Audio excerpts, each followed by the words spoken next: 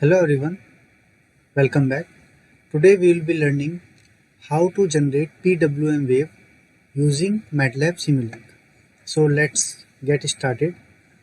So I have made this Simulink model using Simscape and I'll be opening it.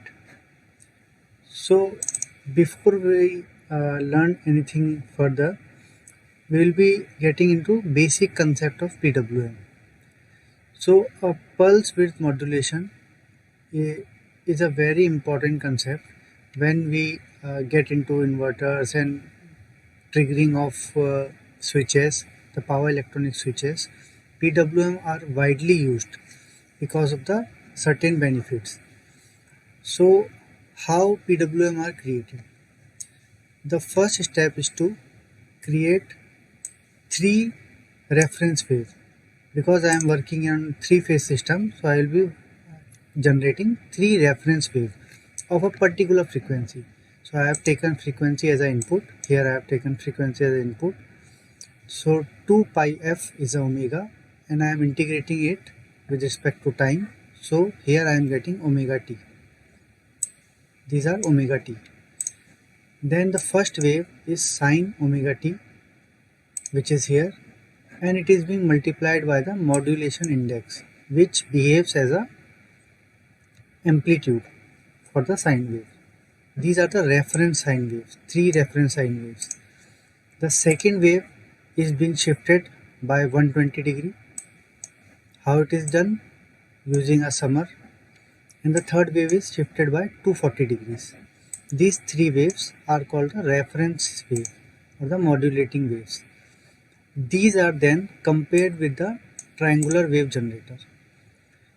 The important thing here is that a triangular wave oscillates between -1 to 1 and the m also varies between 0 to 1 or between -1 to 1. Okay, so they are in the same ratio. If the triangular wave is working from -5 to 5, then m has to vary between 0 to 5, and m is also the modulation index, so it can be 0.1, 0.2, anything. Then these both are compared. Modulating wave, which we have calculated, which we have generated here, m sin omega t, and the triangular wave, and we get the signals. And signals are plus voltage minus some voltage. Generally for IGBTs we use plus 15 volt. So plus 15 volts are generated whenever the sine wave is more than the triangular wave. So here I have used whenever the sine wave, which is the upper one, is greater than the triangular wave, then the comparator will generate 1, and 1 means we will be giving 15 volts to IGBT for getting it on. And why I have used not, I will be explaining you further in the next video. So let us run this program, this model. So first thing I will be showing you is the how triangular wave and sine wave are generated. And the triangular wave, because it is a carrier wave, it has to be more than the modulating wave. Say we are using 50 Hz, then the carrier wave should be minimum 5 to 10 times more of the frequency. So in this case I have used this 50 Hz modulating wave, omega t, and the triangular wave I have used is 5 kilohertz, which is way more, 100 times more. So more is the carrier wave frequency, more is the good result.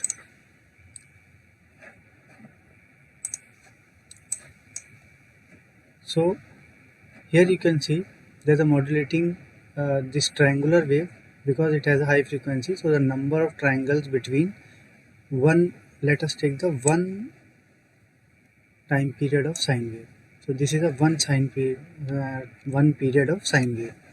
This is yellow RYB phase, Okay, so this triangular wave is going from +1 to -1, and the triangular this is a sine wave is going from 0.5 to -0.5, which I have set, and this we can set by setting the modulation index. So I have set the modulation index to 0.5. Okay, in the next we will be comparing it. So let us take one cycle. Let us take one cycle. So here the wave is going from for the one cycle from 0 to 0, and that whenever the triangular wave is less than the modulating wave, we are getting the 1 means we are getting a pulse. So let's see it closely for this much period of time.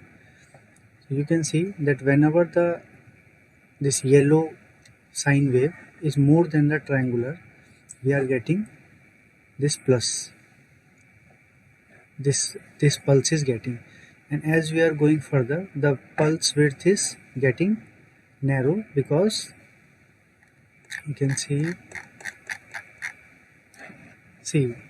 near 0 the pulse are getting narrow, and near peak the pulse are getting wider. Okay, so like this the pulses are generated, and these pulses are directly given to IGBT, one leg of inverter, and it generates a similar wave which we have given in input. So like we have given 50 Hz, so the inverter output will be 50 Hz only. So the output frequency of inverter depends on the frequency of modulating wave, and this is very important. Okay, so in this video we have learned how to generate PWM waves using MATLAB Simulink. In the next we will be using these same waves, pulses which we have generated from here, and we will be driving a 3-leg inverter to generate a 3-phase output, and we will be there seeing that this frequency input which we are giving to modulating wave is the same output. The output wave output of the inverter will have the same frequency which we are giving as an input. Okay, so thank you for the video watching.